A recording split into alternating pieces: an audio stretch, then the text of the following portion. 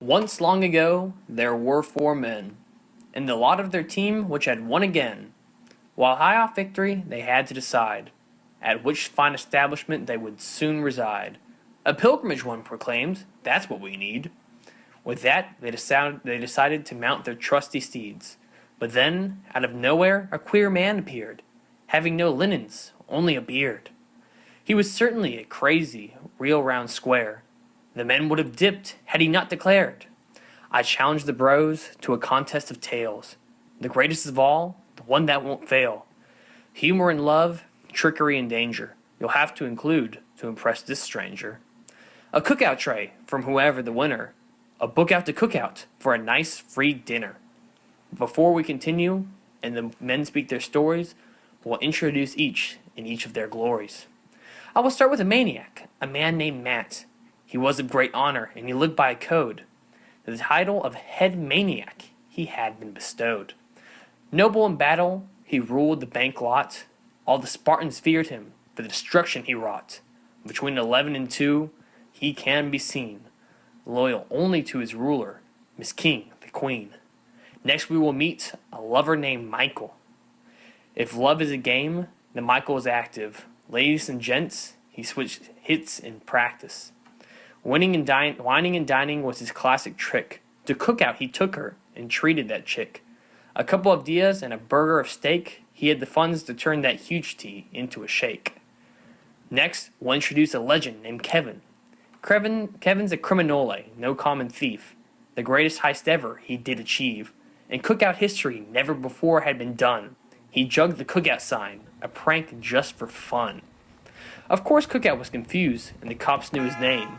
But the man could care less. Playing with fire was his game. And finally, we'll hear from a bum named Connor. Gertrude knows Connor as a mother as a mother knows son. 5 trays a day, he was the Cookout bum. It's a legend around here that's there a table for him. He paid for a membership to the Cookout gym. That dude's a bum, a Cookout civilian. Within this great group, there was a man named Matt. Ever since he was younger, he had great honor at that. When he was just a young boy, everybody would say, I want to be just like that Matt guy one day. He was respected by all, both far and both wide. All the women they loved him when in his car he passed by. He had wits matched by none. Dang, that's just one smart guy. In the body of a god, it made other men cry. But although he was great, he didn't let it go to his head. By a chivalric code, that's how his life had been led. When high school it came, it was finally time for the Matt to be great. Oh yes, he would positively shine. But for all that he was known, for that was certainly a lot, there was one above all else, a lot of attention it got. Matt Man would lead his peers to help bring great victory Friday nights. He was known as the main maniac, a sort of glorious knight. In the center of the student section, he would scream the ancient cries of the battle-ready wildcats and bring tears to opponents' eyes. It was known by all of the Cap 8 that if you wanted to keep your life, don't say a single wrong word that the Matt Man won't like. Matt would defend the honor of his school until the day in which he would be slain. And that meant fighting any fool who spoke badly of Millbrook High's name. If there is only one thing you should surely take away, let this be the only thing of them all that you hear. Matt Man cared about one thing more than all else, maintaining the chivalric code he held dear. Well, for those of you who do not know, I am one who likes to put on quite a show. Now, my name might be a mystery, and to be honest, it has been lost throughout history. But I think I can recall one name which I can contribute to my fame. I went by Maverick, I think it was my name, a name from the times of old, which no mortal soul has ever been told. This is because I am a ladies' man, and I must say, the ladies, they are a fan, because I can see, in their eyes, that I am not one of those guys, especially not the kind that lies. Yet despite what they see behind this face, I in no way have such grace. Lying and cheating to get my way, always looking for my next prey. I promise it is done in good sport, my friends, because of the way that it ends, with me going on my merry way, leaving all behind me in fray. But despite what you might think, behind this lonely wink is one who wants and desires love. But for that, I must find my true love. And this, my friends, is no small feat, and not at all neat.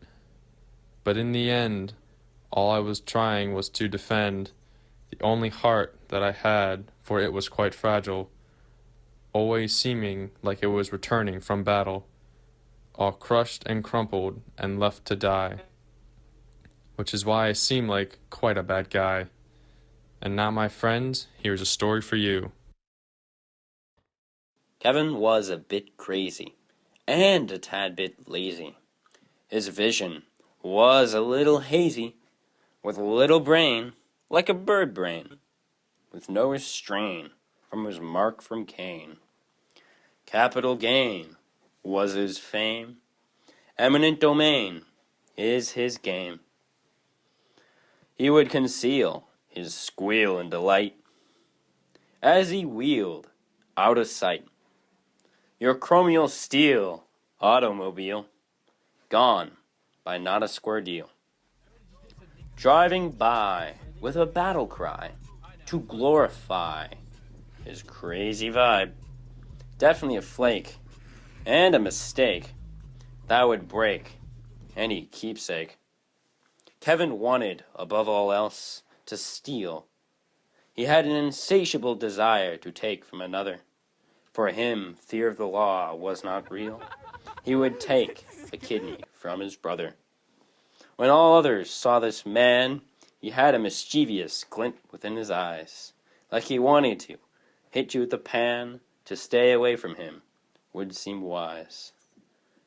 The darkness has been his only friend, for when it comes the dead of night, from out of the shadows he will ascend, and do not actions that cause others fright. Procrastination, his dear friend, the only friend he could claim. Partly why he was so alone is that Kevin is superbly vain. In the high school that he attends, the one known as Millbrook High, the teachers know to stay away for fear of his deadly replies. His story just as overblown as was his life. This bum must have tried every shake twice. For a fresh chickendilla, he'd take his grandmother's life. At 10 o'clock in the morning, or 12 hours later, Cookout considered hiring him as a waiter. But the dude didn't want it. He said, "Nah, that's fine. I'd rather stand about and guard the Cookout sign. This fatty food holds his mind like a vice. Name him a tray and he'll give you the price." We wonder what would happen if Cookout were closed. He'd probably die with it, if I had to suppose.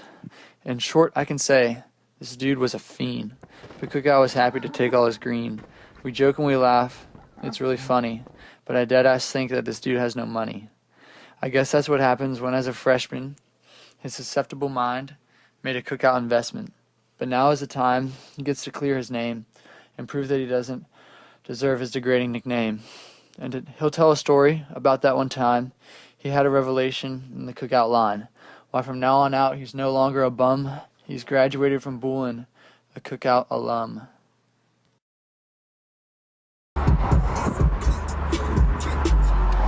Oh, we lit. We lit, baby. People that go here, like, We lit, yeah.